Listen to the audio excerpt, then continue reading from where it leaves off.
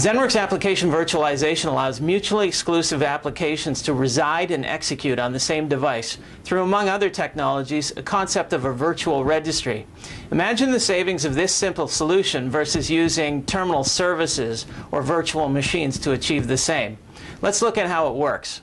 Let's say this is Internet Explorer 6, and let's say this is Internet Explorer 8. Both of them can coexist on the same workstation because the EXEs, the executables, are completely self-contained. Any registry entries that are specific to that application, that are named exactly the same as the registry entries for the other one, but have different values in them, can coexist and not walk over each other. So the Windows registry contains specifics about applications. And that's why an application of one version often can't be installed on the same machine as an application of another version, because their settings will collide in the registry.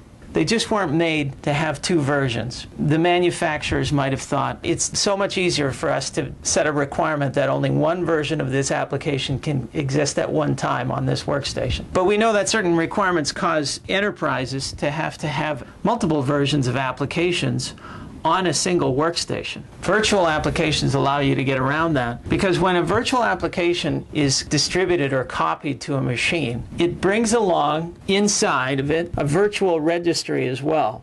Now, the moment you launch and start to use a virtual application and you start to change registry settings, oftentimes you don't even know that you're changing registry settings. It just happens automatically as a part of the application's execution. Those changes to registry settings are redirected to a number of optional places. The default is under the user's local app data. Another option is to send those virtual registry changes over to a network share. Or another option is to removable media. So say the application itself is on a removable media, like a USB stick, the virtual registry or the changes that happen during the execution of the application can also be stored on that removable media. The moment you pull that removable media out of the machine, the application and all of its changes are completely removed off of the machine. And another option is your choice of location.